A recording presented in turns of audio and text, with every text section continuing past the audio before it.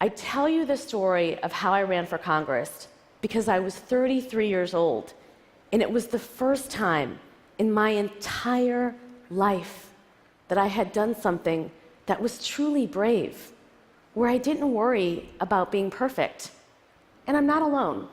So many women I talk to tell me that they gravitate towards careers and professions that they know they're going to be great in, that they know they're going to be perfect in. And it's no wonder why. Most girls are taught to avoid risk and failure. They're taught to smile pretty, play it safe, get all A's.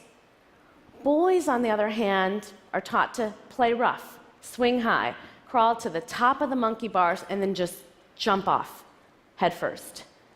And by the time they're adults, and whether they're negotiating a raise or even asking someone out on a date, they're habituated to take risk after risk.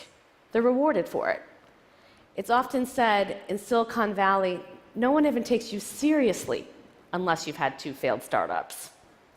In other words, we're raising our girls to be perfect, and we're raising our boys to be brave. Some people worry about our federal deficit, but I worry about our bravery deficit. Our economy, our society, we're just losing out because we're not raising our girls to be brave. The bravery deficit is why women are underrepresented in STEM, in C-suites, in boardrooms, in Congress, and pretty much everywhere you look. In the 1980s, psychologist Carol Dweck looked at how bright 5th graders handled an assignment that was too difficult for them. She found that bright girls were quick to give up. The higher the IQ, the more likely they were to give up. Bright boys, on the other hand, found the difficult material to be a challenge. They found it energizing. They were more likely to redouble their efforts. What's going on? Well, at the 5th grade level, girls routinely outperform boys in every subject, including math and science. So it's not a question of ability. The difference is in how boys and girls approach a challenge. And it doesn't just end in 5th grade. An HP report found that men will apply for a job if they meet only 60% of the qualifications. But women? Women will apply only if they meet 100% of the qualifications. 100%. This study is usually invoked as evidence that, well, women need a little more confidence.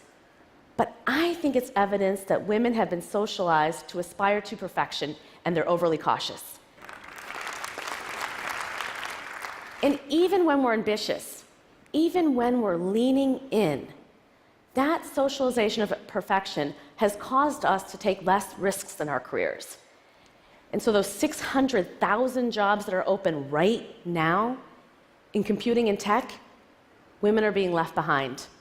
And it means our economy is being left behind on all the innovation and problems women would solve if they were socialized to be brave instead of socialized to be perfect. So in 2012, I started a company to teach girls to code.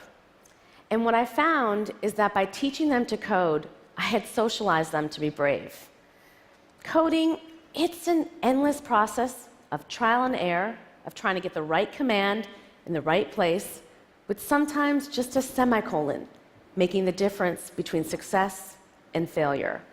Code breaks, and then it falls apart, and it often takes many, many tries till that magical moment when what you're trying to build comes to life.